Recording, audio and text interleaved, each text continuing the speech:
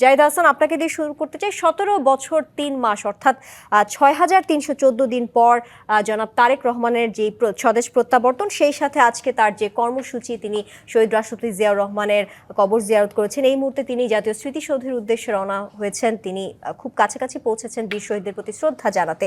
তার এই পুরো প্রতীকী কর্মসূচিকে অনেকেই আসলে রাজনীতির নতুন অধ্যায় হিসেবে আখ্যা দিচ্ছেন।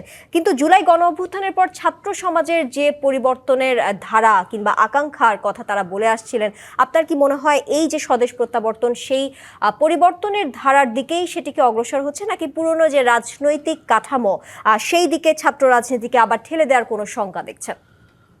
আপনাকে ধন্যবাদ। আপনার মাধ্যমে আজকে ডিবিসির এই অনুষ্ঠান দেখছেন, সবাইকে কৃতজ্ঞতা জানিয়ে শুরু করি। গতকাল দীর্ঘ 17 বছরের নির্বাসিত জীবন কাটানোর পরে জনাব তারেক রহমান সাহেব স্বদেশে ফিরেছেন। আমরা তার এই প্রত্যাবর্তনকে নিশ্চয়ই সাধুবাদ জানাই। তিনি এবং গোটা জিয়া পরিবারের কাছে বাংলাদেশ আজীবন ঋণী থাকবে। বিশেষত শহীদ রাষ্ট্রপতি জিয়াউর রহমান এবং বেগম খালেদা জিয়ার যে আপোষের নেতৃত্ব বাংলাদেশের গণতন্ত্রের পথকে উন্মোচিত করেছে, সেজন্য নিশ্চয়ই দলমত নির্বিশেষে সবাই জিয়া পরিবারের প্রতি কৃতজ্ঞ থাকবে। তারেক রহমান সাহেবের বিভিন্ন বক্তৃতায়, এমনকি গতকাল উনি যখন 300 ফিটে এসে বক্তব্য দিয়েছেন, সেখানেও তরুণদের প্রতি তার ইতিবাচক মনোভাব আমরা দেখেছি, এবং জুলাই গণ অভ্যুত্থানের প্রতিও তার ইতিবাচক মনোভাব আমরা বিভিন্ন বক্তৃতায়, সভা সমাবেশে শুনতে পেয়েছি।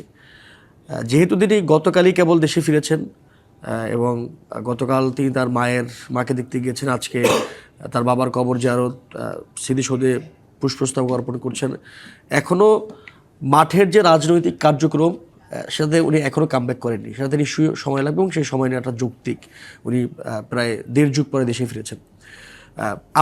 আপনি যেটা বলছেন যে তারেক রহমান সাহেবের এই প্রত্যাবর্তন বা ফেরা ছাত্র রাজনীতির জন্য ইতিবাচক নাকি নেতিবাচক বয়ে আনবে, এটা আমরা ঠিক তখন বলতে পারবো যখন উনি মাঠের রাজনৈতিক কার্যক্রমে একদমই সরাসরি ফিরবেন। তখন এটা আমাদের জন্য বলাটা খুব সহজ হবে।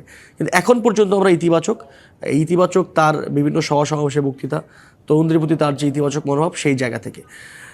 একই সঙ্গে আমরা আরেকটি যে ব্যাপারটি বলতে চাই যে জাতীয়তাবাদী ছাত্রদল যেই মডেলে চলছে, যেভাবে চলছে, সেই মডেল থেকে তারেক রহমান সাহেব জুলাই গণঅভ্যুত্থানের সঙ্গে তাল মিলিয়ে জুলাই গণঅভ্যুত্থানের যে আশা, যে আকাঙ্ক্ষা, সেই আশা আকাঙ্ক্ষার সঙ্গে তাল মিলিয়ে কতটা ছাত্রদলকে পরিচালিত করতে পারবেন, সেটিও নিশ্চয়ই সামনের দিনে আমাদের এটি নির্ণয় করতে বেশ ভূমিকা রাখবে বলে আমরা মনে করি।